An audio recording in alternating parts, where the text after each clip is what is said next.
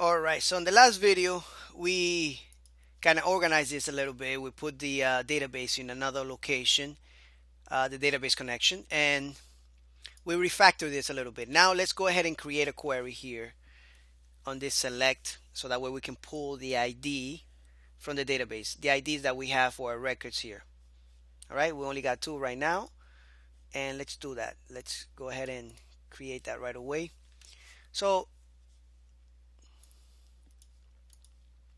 let's go ahead, and I'm just gonna comment that out.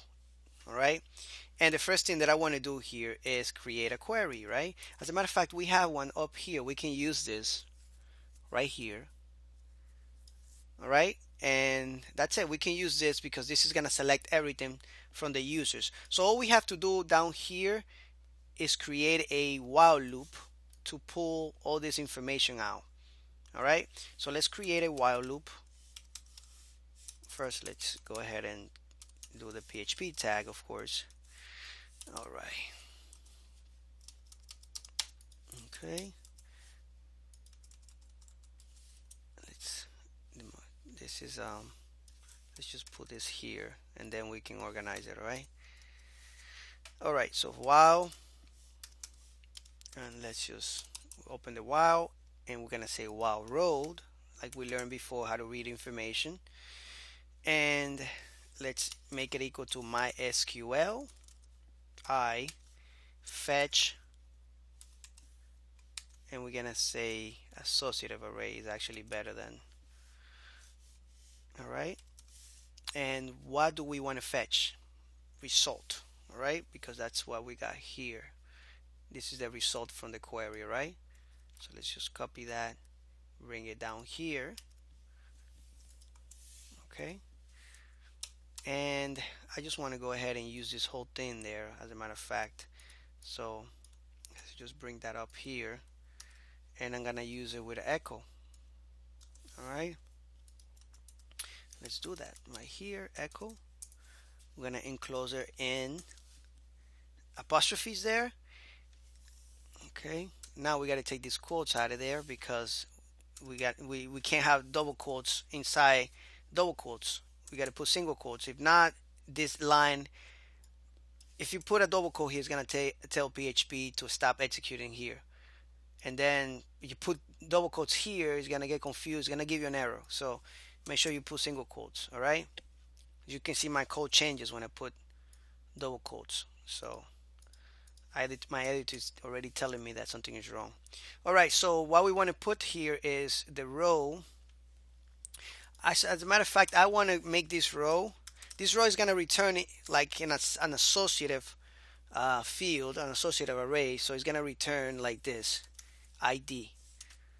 That's how we can echo it. But I'm going to make sure that this actually turns into, I'm going to create, I'm going to put this in a variable basically. All right. Put this in a variable, and it's giving me an error here. Let's just check. It's unexpected. Of course, I got that. We got that because we don't have a semicolon there. So we are pulling the ID number one. Well, actually, this ID is not dynamically yet. We're gonna do it right now. ID, and make sure you have it here too. ID. So now we're pulling the two IDs from the database. We got 1 and 3. We can create another record just to show you that it does work. So let's just create another record real quick, so that way you can see that it's gonna do that. So let's go to the create file that we have, the login create, and let's create another record real quick, so that way we can see it there displaying. All right, so this is the login underscore create. I'm just gonna create another user. I'm gonna call this, I don't know, Prince, password princess, or something close. I can't see it. I'm gonna click submit. That already created a record, and that's a good sign. We're gonna refresh it here just to make sure, and we see that we have a new record here. Now we're gonna go to that file, the update, right here, the update. See how that is, but let's just make sure we are here. And as you can see here, we have the new ID right here, number 5. So now we're pulling data directly from the database into this select field here, right? Really cool.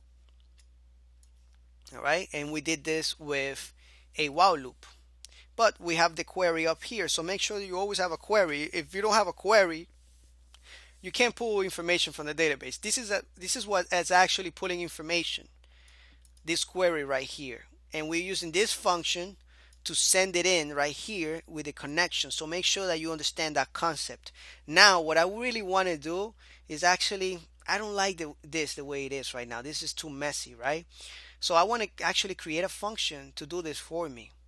So what I'm going to do is I'm going to take all this query out of here. I'm going to take it out. All right, and I'm going back. I'm going to create a new file.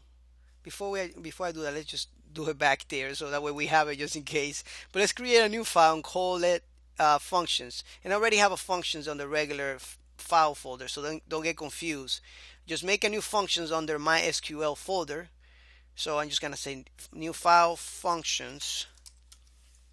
And if you want, you can name it something else. I'm just gonna name it functions.php. All right, and let's open this. And if you don't want to close it, that's fine. PHP knows that you want, PHP code after this. So now I'm gonna paste that query in there from the login update. I'm just gonna take this off right here. There we go. So now remember to always include it up here, because if you don't include it, you won't have the same functionality. So let's include it here, functions.php. There we go. Now let's actually take this off too here, because it's too messy. Why not use a function? So that's what we're going to be doing here.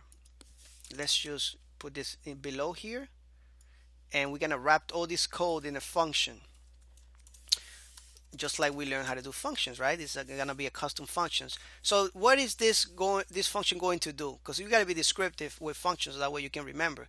This function is going to pull all the data from the users table. So data, show all data. I'm just gonna call it like this. All right, and let's just wrap it up on the function. And now we have this function here.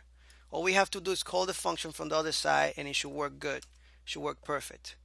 Let's make sure we save it. Save this file. You can save it there if you want, but I did it already with my keyboard. I just wanted to show you that I did. And let's go to login update here. All we have to do is call the function right in between the select here where we had the loop. Okay, so that's all I'm gonna do.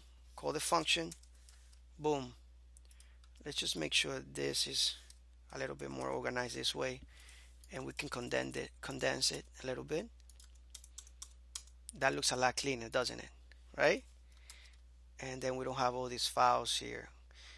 What I really want to do is actually make this a little more. All right, let's just make it like this. All right, and just make sure that this include is right here. Perfect. I think this looks a lot better like this. All right, so let's go ahead and see what's going on in the other side, if we got everything without errors. All right. All right, so we need to get rid of this. All right, so this looks good, but it's not pulling anything out of here. I wonder why, right? Well, let's check. Let's see what happened. All right. So this function here is not pulling the data out of it. So the problem is not here, because obviously the function, it's working. We got functions.php there is including it. And what we need to do is we need to include this database on the functions, because the functions don't know anything about the database. So let's make sure that we have this database included here. All right, that way we have that information. Another thing that we want to do is we need to make sure that this connection here is global. All right, So global connection. All right. So let's go back to the update, and now we're picking up the data. Now let me explain to you what happened. All right. So we created a function in the functions.php, but here when we were looking for connection, we couldn't find it anywhere because I never included the database file which has the connection. So it was no way that it was gonna do anything. It was just gonna stay there. Now, because I have the connection variable somewhere else, even though I'm including it here, I need to still set it up as global.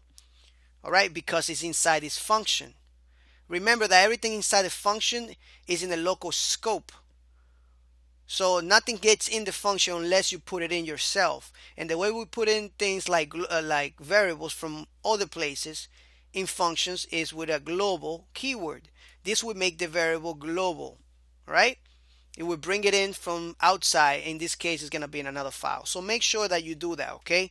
So anyways, I think we did a lot in this video here, and on the next one I'm going to show you how to create the rest of the query here to, when we click update, to update the files, well, the data here in the database. All right, so anyway, thank you so much for watching. Hopefully you were able to understand what we did. If not, just rewind the video. It's super easy what we did. All right, thank you so much, and I'll see you in the next lecture.